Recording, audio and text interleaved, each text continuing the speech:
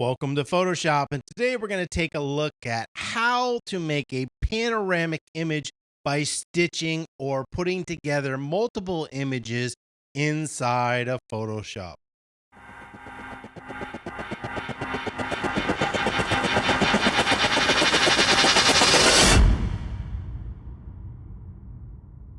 Now, the cool thing about this is it's a really easy process. There's not a lot you're doing. It really depends on how you photograph or take the images, whether this works or doesn't work. Occasionally, you will shoot a series of images, and Photoshop will have one image and it's not quite sure what to do with it. But just in general, this works pretty seamlessly. The trick is to make sure you overlap your images. So what I mean by that is we will just make a D, we'll make this smaller, and I'm just going to divide this image up here into some sections. So what you want to do is you take this first image and you're going to visually remember this area. You want to make sure that this second image overlaps this area a little bit.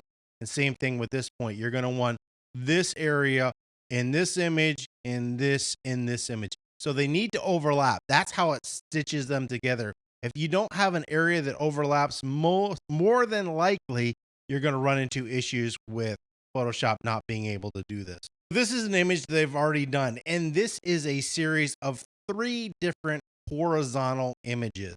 Now, the issue when doing a panoramic with horizontal images, you can end up with a really long, skinny panoramic photo.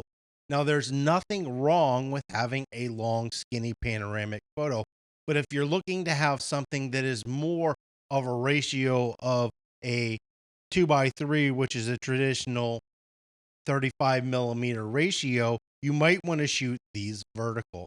So we're going to take a look at this image, which I shot horizontal and how it was put together. And then I'm actually going to go through the process with one where I have vertical images. So we're going to turn this first part off. Now, this area that we see here that is translucent. So anytime in Photoshop, you see these white and gray checkers, this means that that area is translucent. There's nothing there. Photoshop has used a content aware fill to look at what's around the area and automatically fill it in. Because what would happen is I would need to come in here and crop part of my image out because the way I shot this, notice how it's kind of bowing and going out. If I didn't use content aware, I would lose a lot of this image. So Photoshop, especially because this is pretty simple, it's just recreating trees and recreating sky. There's nothing really detailed that it has to go over. Makes it really easy, and it fills that in, and I get to use that full frame or that full image. So we'll come in here. So this is my third image, and you can see where it has stitched it together. This is my second image. Notice it's smaller because remember, we're having some overlap. And this is my first image. And then your final image is a composite that looks like this. So we're going to go ahead and close this image out. So this panoramic was for this image here, and you can see these are my horizontal images. So this is my first image. This is my second image. You can see that hump is right here. That's where we're overlapping. And then this hump is right here where we're overlapping. So we're constantly overlapping our images so that Photoshop is able to put them together. This is not something that you will be able to usually do on your own. This is something you definitely need to run through Photomerge for it to work efficiently. So I have 4 vertical images here inside of Photo Mechanic, and I'm just going to hold down Shift and select them all. I'm going to hit Command E because Command E will send those to Photoshop. Since these are raw, these images are going to go here to Adobe Camera Raw. Now, this is a trick. When you are shooting panoramic images, it is best if you physically set and shoot in manual. Physically set, I mean, you set the white balance. You don't let it do automatic because they could change a little bit through the images. Anything that you can manually set, you want to do. And that's going to keep the images or the different photos from having slight variations between the two.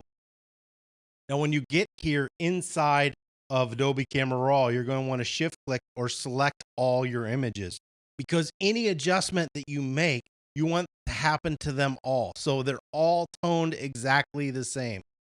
So if I want to come in here and change it to Adobe Color, I can do that and it's going to change everything to Adobe Color. If I increase the brightness, it's going to increase the brightness to all my images. Everything that I do to one image, I want it to do to all the images so they simply meet up and look good together. We'll just kind of go through here and make a couple of basic adjustments, nothing too major. And we'll just say that's good. Now you can come in and make selective adjustments, but when you make selective adjustments, you need to do it to each individual image. So a lot of times when I'm doing a panoramic image, I will wait to do the selective adjustments inside of Photoshop. So that way, when they stitch together, the values are closer to where they should be. We're just going to come in here and hit open images. And it's going to take all 4 of these images and open them inside of Adobe Photoshop. It doesn't matter the order in which they open. So the only images, however, that you're going to want open to make this easy are these panoramic images. We're going to come up here to File, then go down to Automate and go to Photomerge. Now you hear me call this stitch. It's just kind of old terminology of what this used to be. Over here we have the layout, and right now we are in auto, and this means that Photoshop is determining how it's going to lay these images out. Once you're inside of Photomerge, there's all these different layouts. You need to go through at one point and try the different layouts so you get used to what they do. They actually are helpful. Depending on an image, on how wide, how many images you shot, certain ones of these work better than others. Now, auto tries to guess the best possible way to do this, but it's not always right. So if you get kind of a funky looking image, then go through and try something different in the layout fields and try to achieve or get closer to what you're looking for. The next thing you want to do is your source files. And there's a couple different ways to do this. You could actually open raw images, but since we've already opened our images and we've used Adobe Camera Raw, which is helpful, we're going to hit add open file. And it's automatically just going to go ahead and add any of the open files. And yes, those are the ones we want to use. The next thing that we have down here is blend images together. And by default, this is checked because this is what we're doing. We want Photomerge to automatically do this blending together. Vignette removal. If you're getting a vignette when you do this, if you go through once and you get a vignette, then you might want to check this. It's going to help get rid of some of the weird vignetting that happens when you do this. Geometric distortion correction. So when you put images together, you're going to see it kind of arc one way or another. This is helping keeping the image flat like you saw it. The way when you shoot this, and if you naturally put them together, because your camera is turning at different angles, it's actually going to arc and it's going to look weird. So the geometric distortion correction kind of helps fix that. So we're going to turn that on. And then content aware fill and transparent areas. We saw that before. That was that transparent area. Well, it filled in the sky and it filled in the trees below. We're going to select that as well. Now, sometimes this won't work, and you're going to either need to do it manually or just kind of crop your image.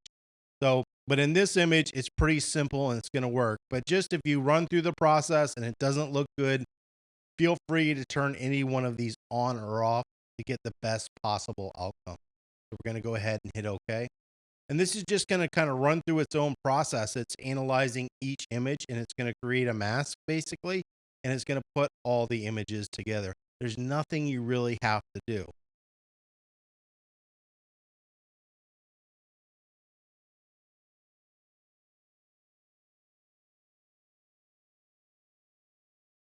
All right, we're back and my computer is running very slow, but you can see up here that Photoshop has created a new document called Untitled Panorama 1 and has combined these 4 elements.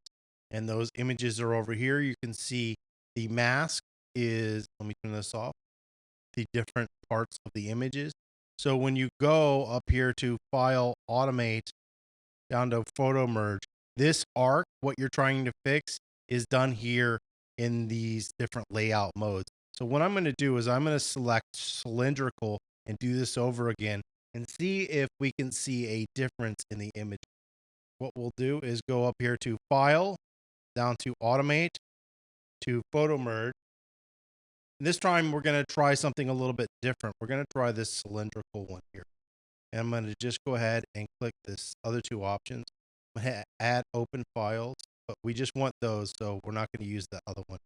So we'll leave them out, and then we'll go ahead and hit OK. And this is going to run through the process, but it's using a different layout, so we'll see if the image or the final image looks a little bit different from the one that we just created.